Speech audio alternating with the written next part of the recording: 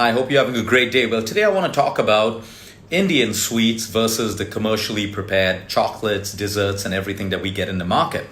Well, a couple of people have been asking us, and I see a lot of trends of people moving from, good homemade Indian sweets, which has been in our tradition forever, and moving to all these commercially, prepared desserts and chocolates and snacks and all of these things. So number one, sugar is bad for us. We know that sugar is bad for us, but of course we need to understand and be fair to ourselves that a certain amount of sugar isn't going to hurt us. What's caused all the diabetes, all the lifestyle disorders, inflammation in the hearts, cancers, and all of these things, and obesity is the overconsumption of sugar.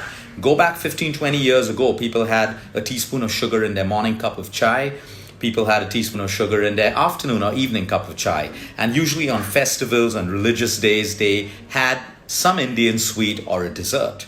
It wasn't the way we have it today. And they were perfectly fine. Diabetes was unheard of. People were slimmer. People were fitter. People didn't have lifestyle disorders.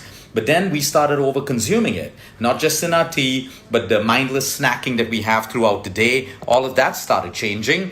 Okay, we started having more snacks in between, and then we started moving into the processed and ultra processed foods. I'm talking about all the junk that comes into a packet, fancy packets, biscuits, chips, chocolate bars, and all of these things. When you buy a bar of chocolate, okay, you want the ingredient to be chocolate, but you have chocolate, you have solidifiers, you have preservatives. The ingredient list is like this long when it's a chocolate bar. Now, going back to Indian sweets, the beauty of Indian sweets, if it's eaten the right way, if it is made the right way, using the right kind of ingredients, what we need to understand that, look at the ingredients. There is besan in it, that's chana, that's your chickpeas, okay? There is jaggery in it. There are sesame seeds, there's elaichi, there is a variety of spices that are used in Indian sweets. In most cases, it is jaggery. It was traditionally jaggery that was used, and then it got replaced with white sugar. The way it's made, it's bound by something called pure ghee, and we know that pure ghee is good for our health. But today the quality has changed. Instead of using pure ghee, most people make their sweets, and especially the commercially prepared sweets, with hydrogenated ghee. And hydrogenated ghee is cheaper in the market. That's why commercial sweet shops make it and use it, and that's extremely bad for your heart. Inflammation. And people move from jaggery to sugar. You can't go wrong with Indian homemade sweets if you do it the right way. And that's what I want to say. We don't need to reach a rigid lifestyle where we don't have anything at all. I know some of the fittest people with the best bodies, the best skin, the best hair. They have a little bit of it all the time. It doesn't worry them. But it's the people who overconsume, have sedentary lifestyles, too much of stress, emotionally eat, don't sleep well at night, that sweets and desserts basically change their entire metabolism and their activity, and they have disease and all these problems. Okay, all of you will also know someone who has a little bit of sweet whenever they feel like. They don't do cheat days and all of this nonsense that's now man-made by people. You feel like eating it, you eat it. You get back to your daily life the next day and you do everything in moderation, and you have good skin, good hair, no disease in your body, and a great weight. So like I said, when you look at these commercially prepared sweets, you need to read the ingredient list. And if it's longer than even 1 or 2 lines, you dump it. Okay, because if you're having a bar of chocolate, like I said, you want the minimum ingredients. And today we live in a world where all the desserts, all the packaged sweets that you're eating is designed to make you addicted, which means they put more salt in it. They put more sugar than necessary in it. They use a whole load of chemicals that excites your brain so that you get addicted to it. That's why most people have one particular brand of ice cream that they like, one particular brand of chocolate that they like, because they're addicted to that.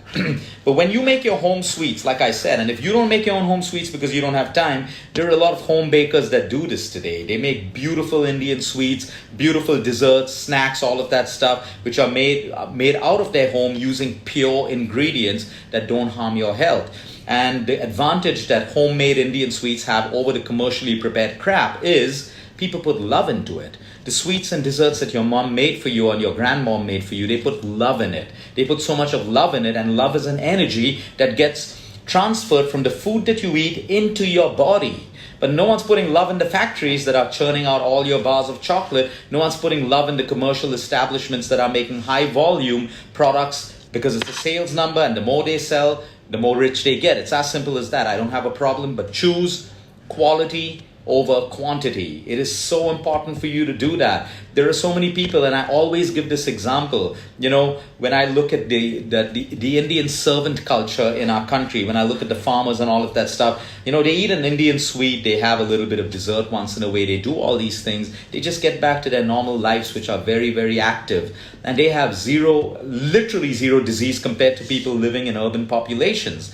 We assume we have better quality food, organic and vegan bars and this bar and that bar and all of that stuff.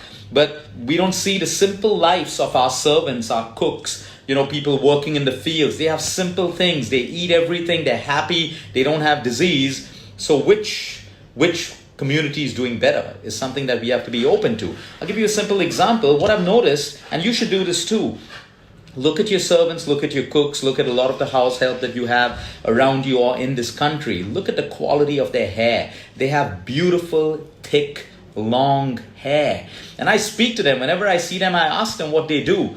They eat simple food. Most of them don't even eat the food that is cooked for the household. They have their normal dal, chawal, rice, little vegetables, rajma, beans and stuff. And they oil their hair twice a week. And look at the urban population battling hair fall. They're doing biotin, special shampoos, organic seeds, blueberries, blackberries, all of that stuff, and their hair's thinning and thinning and thinning. So sometimes my point is come down to simplicity.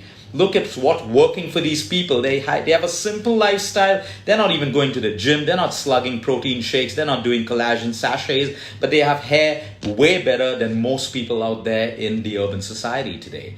So when it comes down to Indian sweets, if it's homemade, get it from a homemaker. Enjoy it. Enjoy it without guilt. You find yourself overstuffing it. The problem is not the sweet. The problem is you.